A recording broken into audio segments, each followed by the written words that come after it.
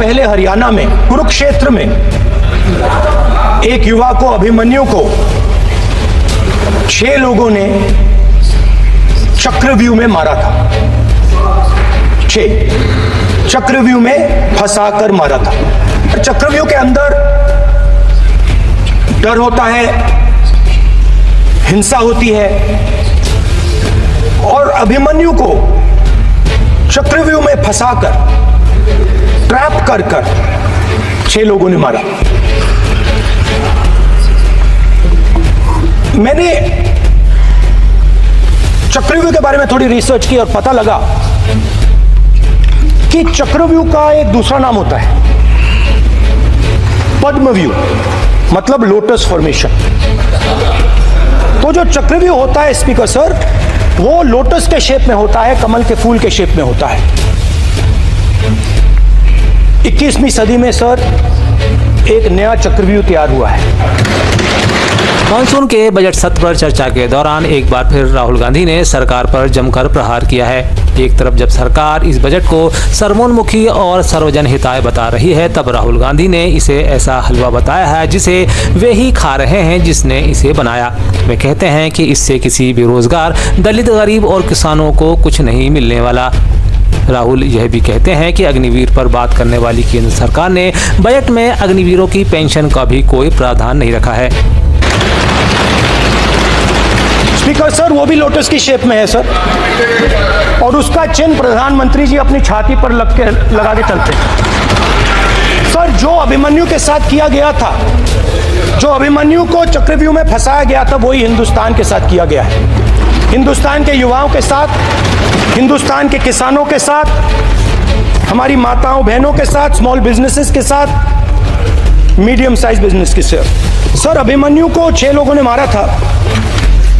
उनके नाम द्रोणाचार्य, कर्ण, कृपाचार्य, कृतवर्मा, अश्वत्थामा और शकुनी। सर, आज भी चक्रव्यूह के बीच में 6 लोग हैं।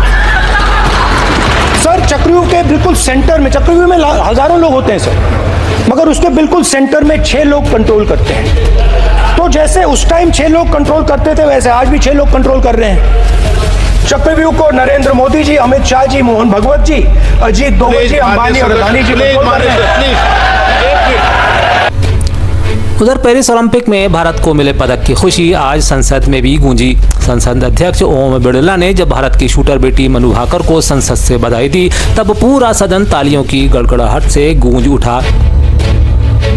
ओलंपिक में महिलाओं की 10 मीटर एयर पिस्टल स्पर्धा में भारत की सुश्री मनु भाकर ने कांस्य पदक जीतकर इतिहास रच दिया है। मैं शूटिंग स्पर्धा में पदक जीतने वाली पहली भारतीय महिला खिलाड़ी बन गई है। उनकी सफलता से पूरे देश में उत्साह और उमंग का वातावरण बन गया है।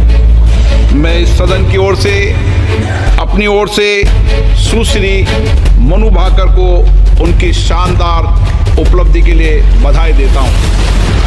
हम पेरिस ओलंपिक में भाग ले रहे अन्य खिलाड़ियों को भी शुभकामनाएं देते हैं तथा आशा करते हैं कि वे अपने शानदार प्रदर्शन से इन खेलों में देश का सम्मान मान बढ़ाएंगे।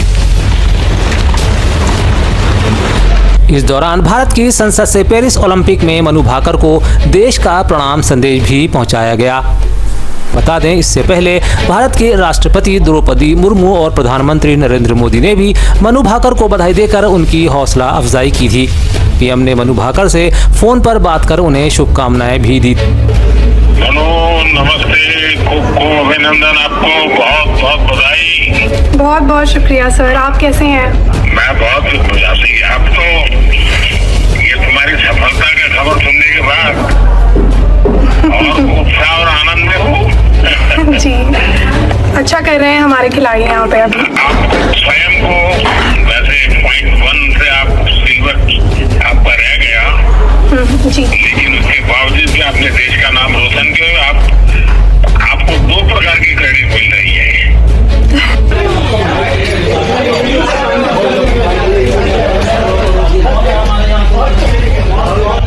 उधर मानसून सत्र के दौरान आज संसद में अजब ही नज़ारा देखने को मिला। तस्वीर में परिसर में मीडिया की आवाजाही पर पाबंदी लगाए जाने के बाद मीडिया कर्मियों के प्रवेश पर पाबंदी लगा दी है। इसमें तमाम बड़े पत्रकार शामिल हैं। ऐसे में संसदीय कार्रवाई कवर करने वाले पत्रकारों की मुश्किल बढ़ गई है। कहा जा रहा है कि पत्रकार इस फैसले का विरोध कर रहे हैं। आज विश्व बाघ दिवस है। राजधानी भोपाल में आज इस अवसर पर विशेष कार्यक्रम का आयोजन किया गया। इस दौरान मध्य प्रदेश के मुख्यमंत्री डॉक्टर मोहन यादव ने वन विभाग द्वारा लगाई गई प्रदर्शनी का अवलोकन करते हुए विभाग के कर्मचारियों की मुक्त कंठ से प्रशंसा की और उन्हें सम्मानित किया। इस मौके पर श्री यादव ने कहा, यह प्रदेश के लिए गौरव का विषय है कि आज हमारे प्रदेश में बाघों की संख्या देश से अधिक है। बाघ नाम लेते ही रोमांच आ जाता है, आनंद आ जाता है। और हम तो और सौभाग्यशाली हैं। कैपिटल और भी है, कई राज्य है, लेकिन हमारी भोपाल की कैपिटल अब सब पे भारी पड़ रही है, क्योंकि यहाँ दिन में मनुष्य घूमते सड़कों पे, रात में बाघ घूमते। कोई राजधानी ऐसी नहीं है जहाँ ये बाघों का ऐसा विचरण होता है। बाकी राज्यों से जैसे हमारी राजधानी विशिष्ट है, ऐसे ही संख्या में भी हम विशिष्ट हैं। लगातार कम समय में 20% से ज्यादा बाघ पूरे देश के, दुनिया की आधी से आबादी ज्यादा हमारे पास है, और उसमें भी हमारा अपना जो आंकड़ा है, और विभाग को बधाई इसलिए देना चाहूंगा कि आपने तो कमाल कर दिया है। 1 के 2 तो सुने थे, 1 के 3 कर दिए। विश्व बाघ दिवस पर केंद्रीय मंत्री ज्योतिरादित्य सिंधिया ने भी प्रदेशवासियों को बधाई प्रेषित की है। सिंधिया ने कहा, माधव राष्ट्रीय उद्यान में कार्यरत मेरे सभी साथियों तथा बाघ हितैषियों व संरक्षणकर्ताओं को हार्दिक बधाई। देश में बाघों की निरंतर बढ़ती जनसंख्या में आपका अतुलनीय योगदान अत्यंत सराहनीय है।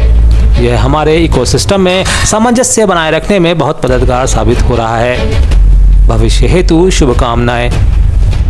आज माधव राष्ट्रीय उद्यान में उपस्थित मेरे सभी पर्यावरण के प्रेमियों को मेरे तरफ से बहुत बहुत नमस्कार।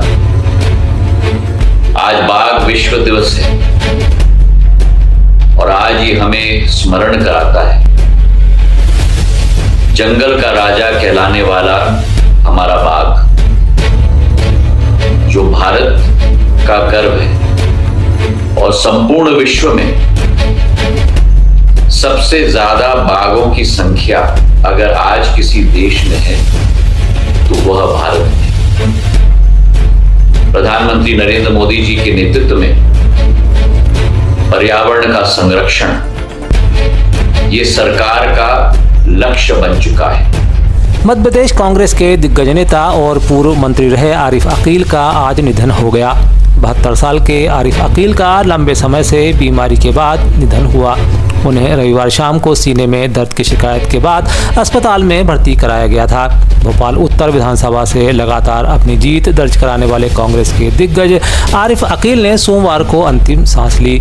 उनकी बीमारी ही यह वजह थी। पिछले विधानसभा चुनाव उन्होंने टिकट न लेकर अपने बेटे को मैदान में उतारा था।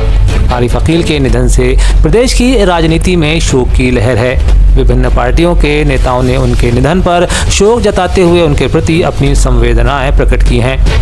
मध्य प्रदेश के मुख्यमंत्री डॉक्टर मोहन यादव ने भी अकील के निधन पर सोशल प्लेटफॉर्म पर शोक संदेश भेजा है। उप मुख्यमंत्री राजेंद्र शुक्ल ने भी अकील के निधन पर सोशल पोस्ट के जरिए शोक संदेश भेजा। मध्य प्रदेश में अमरवाड़ा पर विजय के बाद अब एक और उपचुनाव की तैयारियां शुरू हो गई हैं। बता दें कि केंद्रीय मंत्री शिवराज सिंह चौहान के सांसद बनने के बाद बुधनी सीट रिक्त हुई है, जबकि विजयपुर सीट से रामनिवास रावत के कैबिनेट मंत्री बनने के बाद इस्तीफा देने के चलते यह सीट खाली है। एमपी में विधानसभा उपचुनाव की तारीखों से पहले ही बीजेपी ने अपनी जीत की तैयारियां तेज कर दी हैं। इसी कड़ी में बीजेपी ने उपचुनाव की तारीखों से पहले ही प्रभारी और सह प्रभारियों की लिस्ट जारी कर दी। जहां करण सिंह वर्मा को बुधनी विधानसभा का प्रभारी बनाया गया है, वहीं पूर्व मंत्री रामपाल सिंह सह प्रभारी बनाए गए हैं। इसके साथ ही कृषि मंत्री एंदल सिंह कसाना को विजयपुर विधानसभा का प्रभारी बनाया गया है, जबकि एमएलए नरेंद्र बिरधरे को सह प्रभारी नियुक्त किया गया है। उक्त तैयारियों पर प्रतिक्रिया देते हुए भाजपा प्रदेश अध्यक्ष वी.डी. शर्मा ने कहा कि भारतीय जनता पार्टी 365 दिन 24 घंटे जनता की कल्याण के लिए काम करती है। साथ ही वे कहते हैं कि प्रधानमंत्री नरेंद्र मोदी के नेतृत्व में चल रही गरीब कल्याण की योजनाओं, कार्यकर्ताओं की ताकत एवं जनता जनार्दन के आशीर्वाद से हमने न सिर्फ मौजूदा चुनाव जीता बल्कि आगे का चुनाव भी जीतेंगे। भोपाल में पंच सरपंच संगठन द्वारा अपनी 20 सूत्री मांगों को लेकर प्रदर्शन किया जा चुका है। ऐसे में अब राणा राजेंद्र सिंह गहलोत, प्रधान संपादक राष्ट्रहित भारत इंडियन प्रेस फोरम ने पंच सरपंच के समर्थन में मध्य प्रदेश के मुख्यमंत्री डॉक्टर मोहन यादव से अपील की है। गहलोत ने अनुरोध किया है कि पंच सरपंचों की जायज मांगों को, जिनमें मनरेगा शामिल है, के पूर्व भुगतान सहित अन्य मांगों पर विचार कर उन्हें पूर्ण किया जाने की आवश्यकता है।